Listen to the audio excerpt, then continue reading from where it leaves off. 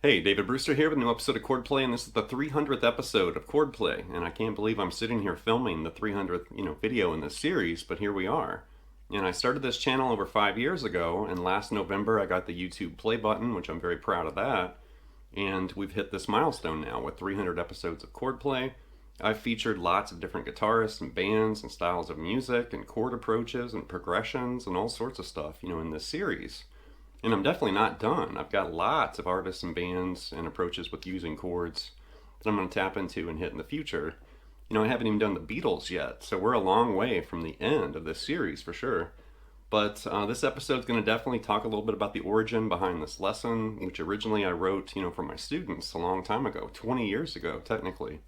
And there is a lesson in this episode that's going to kind of show you one of my favorite things to do with chords, which is play with chords. So anyway, without further ado, here we go. So if you've been watching the Chordplay series of lessons, you probably sat there and thought, wow, Dave really likes chords. And yes, I do. I love chords. I'm a chord nerd. And really it started with Eddie Van Halen. When I first started playing guitar, Eddie was my initial influence and inspiration. And I noticed he did all sorts of colorful things with chords. And even though I really couldn't play his licks and guitar solos yet, I could tap into some of those riffs, in chord parts. And so I started, hitting that first. And then eventually I kind of learned how to tap and bend strings and start playing solos and licks and stuff. And I tried to imitate Eddie. But definitely my first success with Van Halen's music was hitting chords and rhythms first. And that's honestly one of Eddie's most interesting areas of his style. I mean, yes, of course, his guitar solos were legendary, but his chords and riffs were badass.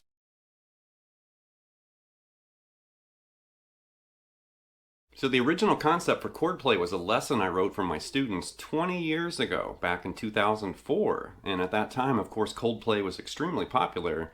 So I just took Coldplay's name and changed it to Chordplay, and I made a lesson for my students. And all of my students really liked that lesson. So then I started making variations and different versions of it, hitting famous songs and players and bands and stuff like that. And then fast forward however many years, and here I am sitting here making Chordplay episodes, for YouTube here. But the original idea, sparked 20 years ago. And here's an image kind of showing that one sheet lesson that I made for my students.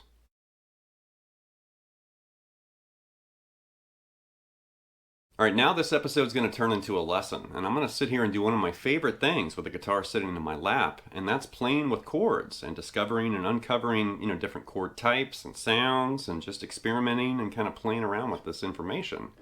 And you could do this with any chord. Like if you have a favorite chord, you could start there first. But the chord I'm going to introduce and we're going to basically play with here is right here. Now you could definitely start with something kind of basic or plain, like a major or a minor, chord. But I'm going to start with something interesting, and then I want to see if we can turn it into other additional interesting chords. So that right there is really interesting.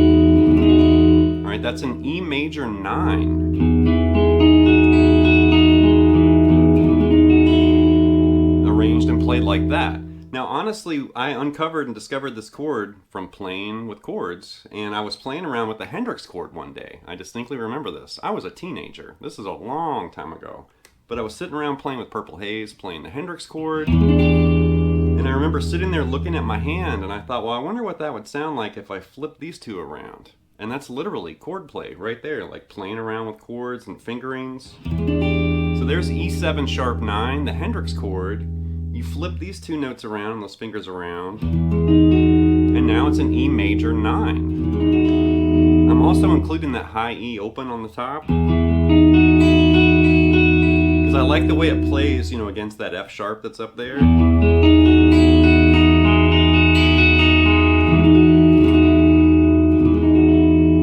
Definitely a very adult chord, but I like it.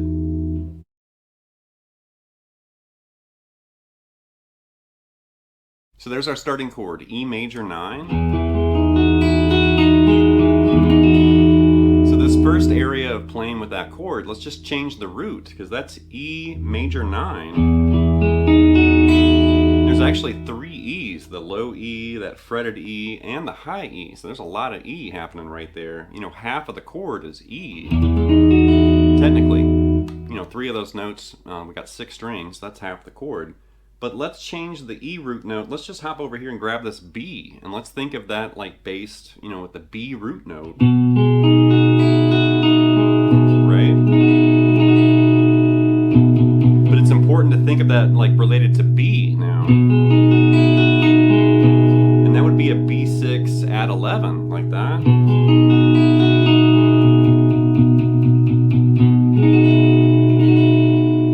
Let's change that B to an open A. Now let's put an A in the bass. And if we relate that to A,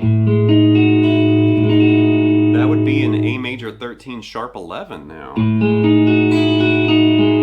If we declare A as the root note, like let's say a bass player or a rhythm guitarist is playing A now.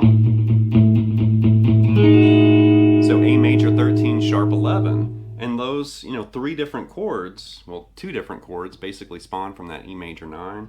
There's chord 1, changing the root note, and then changing the root note again.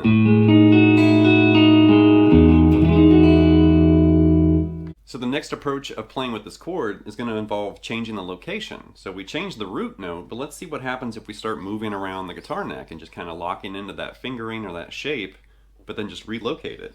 So let's take E major 9, let's take that, just move it up a half step, right? And that's magically F major 9. So to reveal some of the mystery there, the fretted part of this chord, if we go back to E, if we don't play any open strings, just the fretted part in the middle, that's E major 9.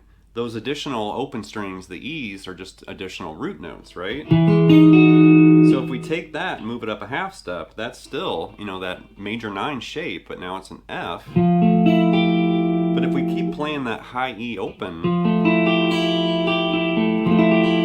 if you really think about it, you'll discover we're already playing that note in the chord. That E is fretted right there, and that's just an additional E. That's the major 7th of that F chord, so F major 9. Let's take that, move it up a whole step. Now it's a G major 13.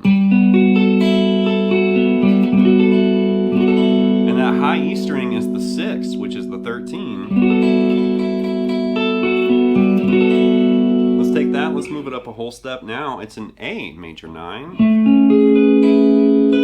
Like that. Really interesting to find like these, variations of the same chord just by kind of moving, that shape around the neck. And they each sound noticeably different. I mean, that G major 13 is completely different. There's that A major 9. Let's take that, move it up a half step. Now it's a B flat major 9 sharp 11. And then moving back down.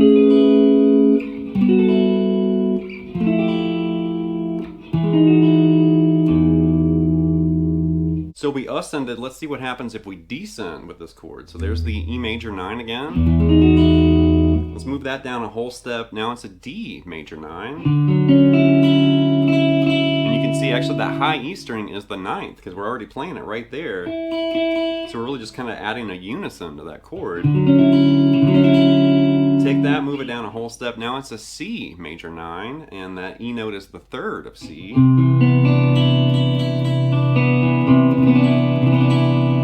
So here, move down there, move down there. Let's move that down a whole step. We're going to have to use an open string now. And that's a B flat major 9 sharp 11 again, but it's an octave lower than the one we uncovered up here. Same chord, B flat major 9 sharp 11, but played way down there. So far we basically changed the root note, we also changed the location going up and also going down. Now let's change the fingering. So I already revealed that I discovered this chord, E major 9, by playing with the Hendrix chord, that E7 sharp 9. So let's start there. There's the E major 9, those two fingers flipped around. Now we've got E7 sharp 9. Let's take this G sharp, let's move that back to G. Now we got E minor 7, like that. Let's take this D note, we can move that back to a C sharp, and now we're playing an E minor 6.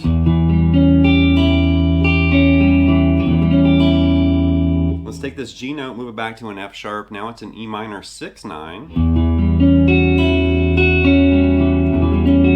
Definitely very moody. Take that C sharp, move it back to a C, and now it's an E minor flat 6/9. Really cool chord. Take that C, move it back to a B, and that's an E minor add 9. Now that's one of my favorite things to do with chords is, learn one or, play one and then really give it a makeover and a facelift and really change, the notes. You can definitely kind of rework, like maybe notes at the bottom or on the top or in the middle, but that's definitely a process you should investigate. And don't worry, if you have no idea what you're playing, don't worry about it. Discover the chord first, and if you really like it, who knows, you might write a song or something based around it, and you can always look it up later. So I think discovery is honestly more important than learning the name of the chord right off the bat. Eventually, you definitely should learn what the chord is called, but in my mind, especially when you're playing with chords like this, find the chords first. You can always define it later. All right, that's going to wrap this episode of Chordplay with this look at the 300th episode of Chordplay. And I want to take a second here and thank all the viewers and supporters out there that have been cheering me along ever since I started this channel. If it wasn't for you, I wouldn't be sitting here doing this. Believe me, if nobody was watching or supporting me, I would have stopped this a long time ago. But the viewers are there, supporters are there, and everyone's, like I said, cheering me along. And the requests and the comments and all the excitement in the air, the inspiration in the air, I can feel it. I can definitely read it, but I can feel it too.